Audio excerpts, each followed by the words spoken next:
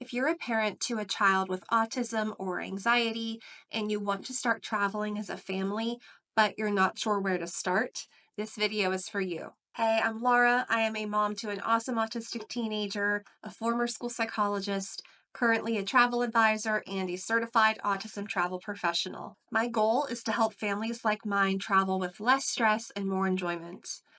So today I'm sharing another tip on how to help your child feel less anxious and more excited about going on vacation. This tip is pretty simple, but it is so incredibly helpful if you either haven't started vacationing yet as a family, or if you have gone on vacations and they didn't go so well. This tip has 5 main strategies to it, and the last one is my absolute favorite and so powerful, so make sure you stick around to the end for that one. Tip number 4 is to start small. Help your child adjust to traveling by planning a small, quick trip.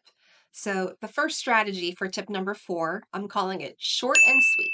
Go on a trip for just one night instead of a full weekend or a week-long trip. This makes it more manageable for you and for your kid. And it's kind of a test run to see how it goes. You never know, your kid could love it. Or you might learn a few things to use for next time. So, for example, you might find that your child hates riding in the elevator. So, for future trips, you might want to book a hotel room on the first or second floor. It's a great opportunity to work out the kinks so that your future trips go more smoothly. Okay, the second strategy for this start small tip is to stay nearby. Plan an overnight stay in a hotel that's close to your house.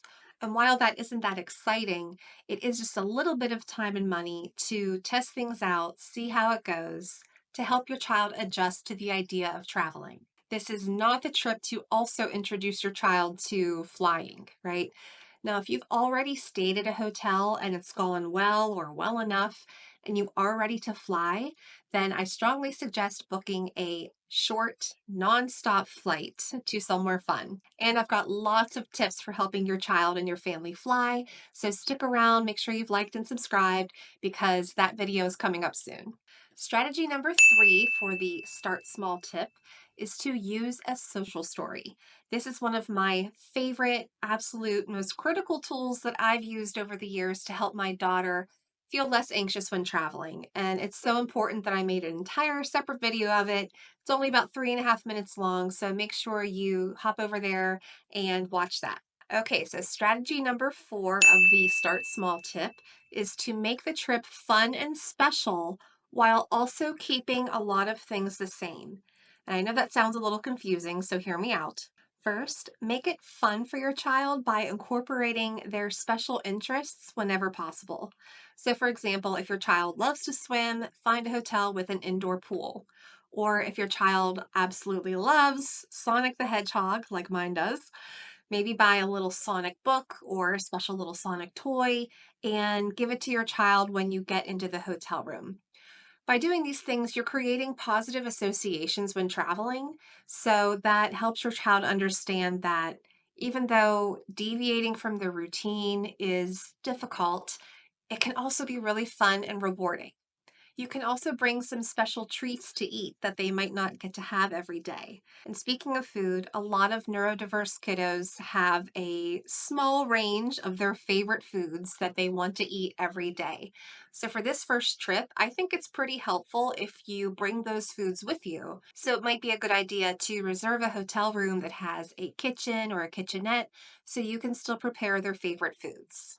So while we are gently pushing our kids outside of their comfort zone with this trip, we want to help them tolerate all of the new stimuli by keeping many things familiar. So if they want to bring the 10 stuffed animals that they sleep with at home to the hotel, let them.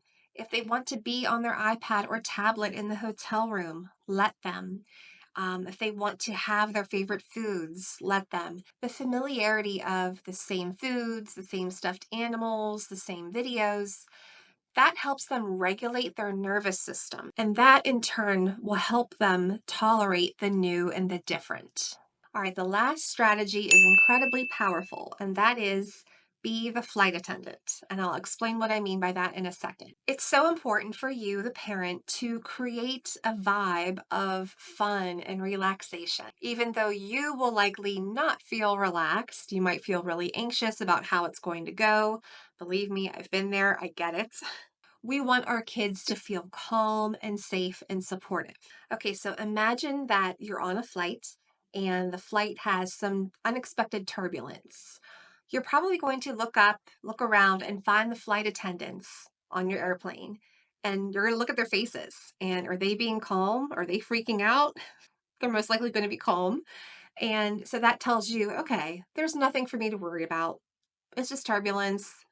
The flight attendants are fine. They're not worried. I shouldn't be worried either. But if they are freaking out, you're going to freak out too, right? So you're the flight attendant in this situation.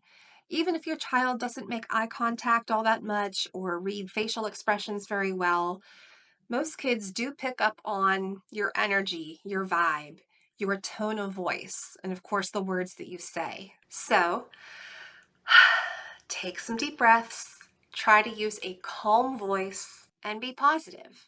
Even if you don't feel all that calm on the inside, sometimes you've got to fake it till you make it, right? I've got more videos coming with tips to help your family travel, including a more in-depth guide on how to be that calm flight attendant. So please like and subscribe to this video and hit the notification bell so that you get notified when those next videos are up. Thanks for watching. You got this.